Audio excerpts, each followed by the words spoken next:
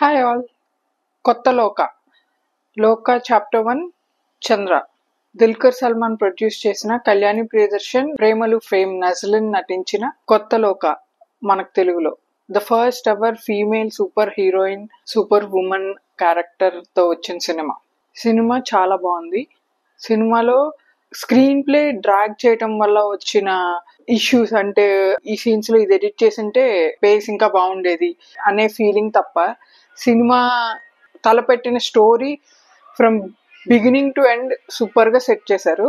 Malayalam movies వాళ్ళు చేయగలిగిన best ఏంటంటే, స్టోరీ అలా ఉన్నా కూడా స్టోరీ లైన్ ని ఆఫ్ ట్రాక్ అవ్వకుండా గ్రిప్పింగ్ నెరేటివ్ ఇవ్వగలరు.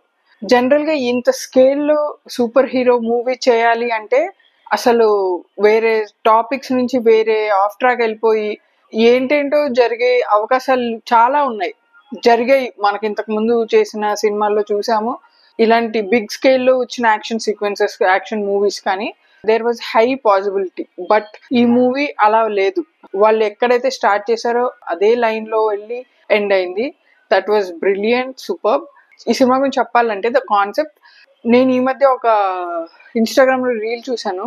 ఒక పోలీస్ ఆఫీసర్ ఫ్రమ్ చెన్నై, ఒక అమ్మాయి కుక్కలకు ఫుడ్ పడుతుందో 12 తర్వాత అమ్మాయి తిరుగుతుందని చెప్పి హీ విల్ క్వశ్చన్ హర్, నువ్వు బయట తిరిగితే నీ మీద అటాక్స్ జరుగుతాయి, నీదే తప్పు అని చెప్పి హీల్ టెల్లర్, నువ్వు ఎందుకు తిరుగుతున్నావు అని. ఆ గర్ల్ ఏమో ఆహా ఎంత గ్రేట్, మన పోలీస్ ఆఫీసర్స్ ఇలా పనిచేస్తున్నారు అని చెప్పి అమ్మాయి ఆ వీడియోలో ఉంది. ఆ సీన్ గుర్తొచ్చింది. ఈ మూవీలో ఒక పోలీస్ ఆఫీసర్ ఉంటాడు, the symbol of chauvinistic man అన్నమాట. తన ఎంట్రీతోనే ఒక అమ్మాయి నైట్ టైం ఒక చోట నుంచి ఒక చోటుకి వెళ్తుంటే ఎవరో వెంట పడుతున్నారని భయపడినప్పుడు అతను దిగి అడిగే క్వశ్చన్, నువ్వు అసలు ఈ టైంలో ఎందుకు తిరుగుతున్నావు, నువ్వు మంచి అమ్మాయివే కాదు అని టైప్ లో క్వశ్చనింగ్ చేస్తాడు. అలాంటి అతను వాళ్ళ మమ్మీ పెళ్లి చూపులకి అని చెప్పి అమ్మాయిల ఫొటోస్ ఇచ్చాను కదా బాబు, ఏమైందని అడిగినప్పుడు నాకు ఈ ఊర్లో అమ్మాయిలు వద్దు, ఎందుకంటే ఈ ఊర్లో అమ్మాయిలు అందరూ స్లట్స్ అంటాడు. అలాంటి వ్యక్తికి ఒక ఉమెన్ సూపర్ హీరో ఎదురైనప్పుడు ఎలా ఉంటది? ఇంత మిసాజనిస్టిక్ పర్సన్ కి ఇంత ఫెమినిస్టిక్ లక్షణాలు ఉన్న ఉమెన్ సూపర్ హీరో ఎదురైతే ఆ క్లాష్ ఎంత గ్రాండ్ గా ఉంటది అని అనుకున్నాను నేను ఆ నరేషన్ చెప్పినప్పుడు. అయితే మన స్టోరీలో ఏంటంటే ఈ clash between the feministic super hero and chauvinistic super villain అనే యాంగిల్ ఎక్స్ప్లోర్ చేయలేదు. There was a clash, but ఈ యాంగిల్ ఎక్స్ప్లోర్ చేయలేదు. It was explored in a subverse. అంటే సినిమాలో స్టార్ట్ చేసినప్పుడు ఎంత క్లియర్ గా ఐడియాలజీస్ అనేవి చూపించారో, ఈ లైన్ ఎక్స్ప్లోర్ చేస్తున్నప్పుడు it was not at all there. అది ఎక్స్ప్లోర్ చేస్తుంటే బాగుండేది అనిపించింది.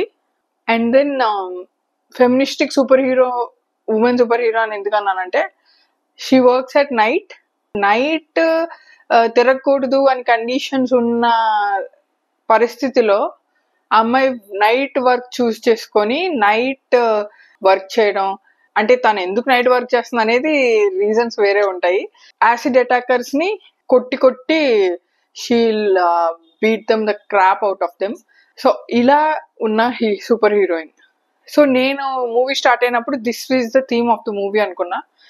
But of course the movie theme is actually the super human elements.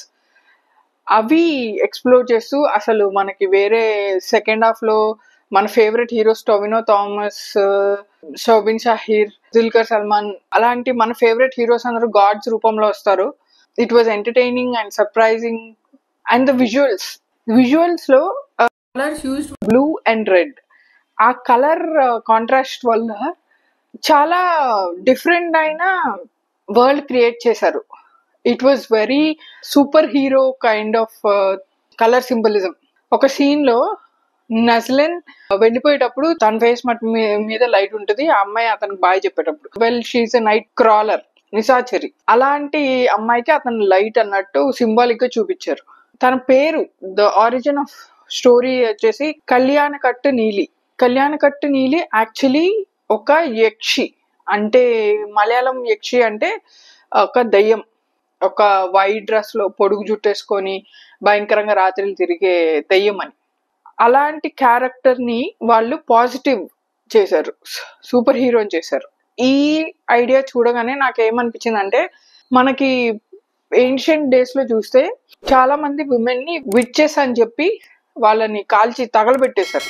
ఇప్పుడు హిస్టారియన్స్ ఆ ఎవిడెన్స్ చూసుకుంటే వాళ్ళు విచ్చెస్ కాదు, వాళ్ళు ఇప్పుడున్న మెన్ కి ఎదురు తిరిగిన వాళ్ళు, అప్పుడున్న ట్రెడిషన్స్ కి ఎదురు తిరిగిన వాళ్ళు, దాన్ని క్వశ్చన్ చేసిన వాళ్ళు, ఇంజస్టిస్ ని క్వశ్చన్ చేసిన వాళ్ళు అయిన మహిళలు, వాళ్ళని విచ్చెస్ అని చెప్పి వాళ్ళని అతి దారుణంగా కాల్చేశారు. సో ఇప్పుడు కూడా ఈ యక్షి అనే క్యారెక్టర్ రాత్రి తిరుగుతుందనో మరి అలా దయ్యంలాగా చూపించి somehow they created this yakshi character as a దయ్యం. అసలు యక్షి అనేది దయ్యం కాదు, షీ ఈస్ అ గాడెస్ అని కొంతమంది నమ్ముతారు అని చెప్పి ఈ సినిమాలో చూపించారు.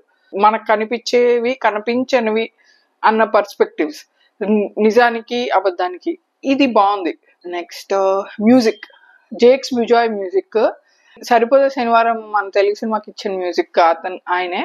సూపర్ మ్యూజిక్ ఇచ్చారు. అసలు BGM, there were few songs, we'll be vibing with the music. Cinema అంతా సూపర్ మ్యూజిక్. ఇంకా పార్ట్స్ ఉన్నాయి. This is the first part. Next parts లో వేరే గాడ్స్ వస్తారు. మలయాళం మళ్ళీ ఒక మెట్టు ముందుకు వెళ్ళిపోయింది, ఒక ఫీమేల్ సూపర్ హీరోయిన్ చూపించి. ఈ movie anime style action sequences ఉన్నాయి. స్లో మోషన్ లో కొన్ని సీన్స్ ఉంటాయి యాక్షన్ లో, and those were literally frame to frame super beautiful గా ఉంటాయి. Actually this is made for IMAX. మీరు మీ దగ్గరలో ఉన్న ఐమాక్స్ లో చూడగలిగితే it would be well and good. ఆ ఫ్రేమ్స్, ఆ visuals, it would be an eye feast with the ear feast of Jakes Bejoy's music.